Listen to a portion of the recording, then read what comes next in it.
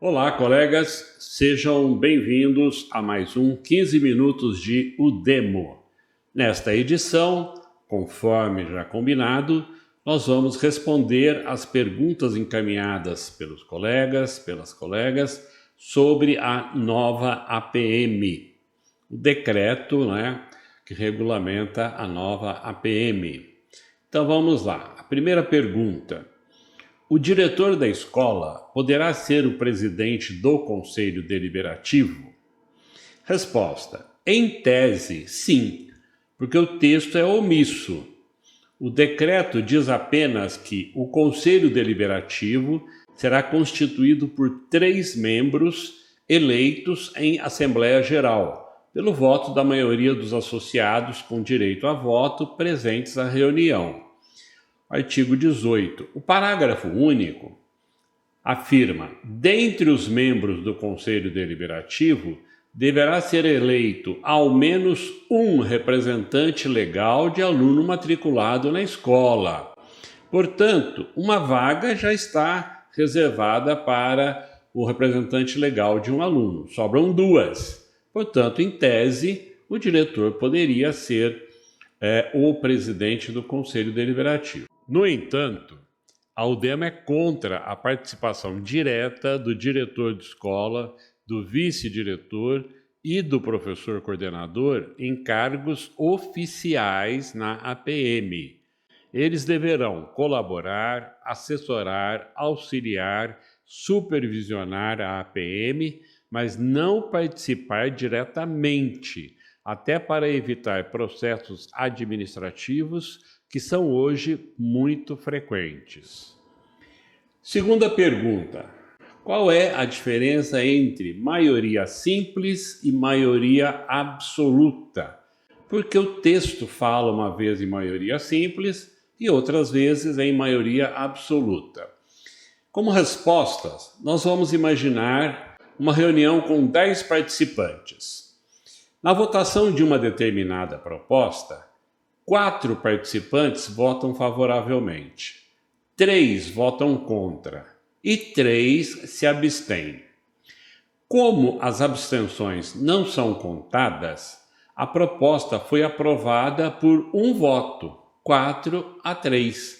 Isto é maioria simples.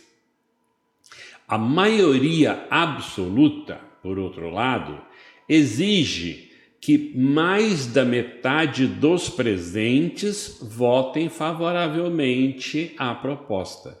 No mesmo exemplo, 10 participantes, a proposta teria de receber ao menos 6 votos para ser aprovada, ou seja, mais da metade. A metade de 10 são 5, mais da metade, 6. Então essa é a diferença entre maioria simples e maioria absoluta. Outra questão: o presidente e o vice-presidente do Conselho Deliberativo, como serão eleitos? Resposta: o decreto não esclarece. O Conselho Fiscal, por exemplo, será constituído de 3 membros que elegerão seu presidente. A diretoria será eleita na sua formatação: diretor executivo, vice-diretor executivo e diretor cultural de esportes e social. Mas, quanto ao Conselho Deliberativo, o decreto é omisso. Sabemos que ele terá um presidente e um vice-presidente, devido ao artigo 16, parágrafo 1º, que diz: a Assembleia Geral será convocada e presidida pelo presidente do Conselho Deliberativo ou, em seu impedimento, pelo vice-presidente do Conselho Deliberativo. Sabemos ainda que ele poderá ter um secretário ad hoc, devido ao artigo 20, inciso 2. Cabe ao presidente do Conselho Deliberativo indicar um secretário dentre os membros do Conselho Deliberativo para lavrar e registrar a ata de reunião da Assembleia Geral, bem como organizar os respectivos documentos. Em resumo, deverá haver ainda regulamentação sobre essa matéria. A outra pergunta é: o diretor da escola poderá ser eleito presidente do Conselho Deliberativo? Bom, essa resposta já foi contemplada no item 1, ou seja, poderá, mas a UDEMO é contra esta proposta. Uma pergunta muito interessante mesmo, vem de um CEJA do interior. O CEJA é o Centro Estadual de Educação para Jovens e Adultos, não é? O CEJA tem uma dificuldade extra de compor a sua APM com pais ou responsáveis. A linguagem atual é responsável legal pelo aluno matriculado. Por quê? Porque, como regra geral, os alunos do CEJA, eles são todos maiores de idade ou já são emancipados e eles passam pouco tempo na escola. Então, haveria a possibilidade de que fosse incluído no estatuto que nos CEJAs os alunos pudessem ocupar esse espaço? Bom, também não faz muito sentido, né, colocar no CEJA que deverá haver obrigatoriamente a participação de um responsável legal pelo aluno matriculado.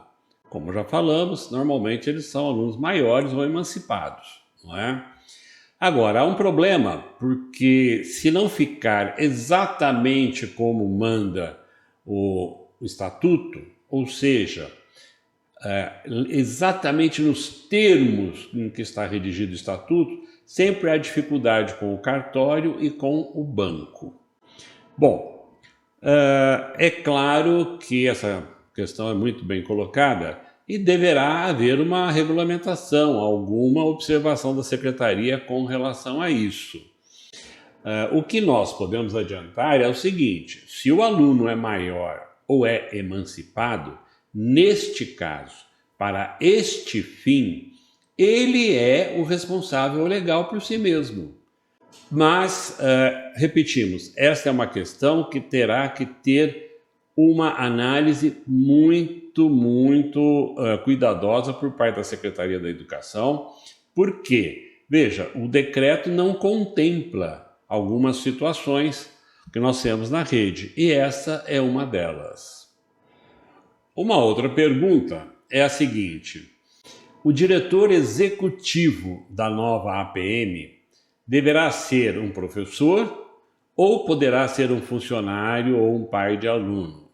Resposta: o decreto é omisso. O espírito do decreto leva-nos a concluir que o diretor executivo da APM deverá ser sempre um representante legal de aluno matriculado. Mas, repetimos, isso não está escrito no decreto. Precisa ser regulamentado. Uma outra pergunta de uma colega que diz o seguinte: ela está em dúvida se deve fazer uma ata da PM ainda este ano e depois fazer outra ata com as mudanças da nova PM, ou se pode deixar para fazer uma ata única no ano que vem. Bom, essa questão já foi resolvida com a publicação da Resolução SEDUC número 88, que prorroga o mandato dos atuais membros da APM, Conselho Deliberativo, Diretoria Executiva e Conselho Fiscal, até meados de março de 2021, quando deverá ser composta a nova APM nos termos do decreto, 65298/20. Essa era a posição da UDEMO. Agora está confirmada. Então, colega, não precisa fazer nova eleição agora, nova ata, nada disso. Os mandatos foram prorrogados até meados de março do ano que vem. Uma outra pergunta é a seguinte: o diretor da escola poderá convocar uma Assembleia Geral da APM? A resposta é não. O diretor da escola poderá solicitar ao presidente do Conselho Deliberativo a realização de uma Assembleia Geral Extraordinária da APM. Isso está lá no artigo 17, inciso 6. Então, repetindo, o diretor da escola, não poderá convocar uma Assembleia Geral, mas ele poderá, sim, solicitar ao presidente do Conselho Deliberativo que convoque esta Assembleia. No caso, trata-se de uma Assembleia Geral extraordinária. A questão seguinte também é curiosa. Por que o quadro social da APM será constituído por um número mínimo de 9 associados? Né? Por que isso? Até porque não dá para imaginar um número mínimo de 9 associados. Né? Se envolve aluno, se envolve pai de aluno, se envolve professor, se envolve direção, sempre vai ter mais. Mas por que será colocar o número 9 lá? É fácil de responder.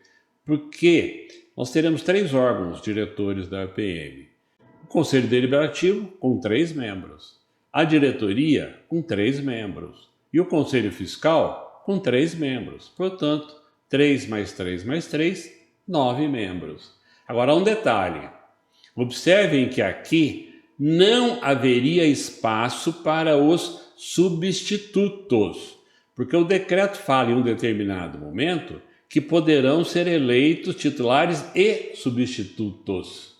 Neste caso, de novo, já não caberia o substituto. Aliás, a questão do substituto é complicada, porque prevê no determinado momento que poderá haver substituto e não se fala mais do substituto em nenhum momento, e nem na função do substituto. Portanto, esse substituto aí está só figurativo. Se não for regulamentado, não tem valor nenhum.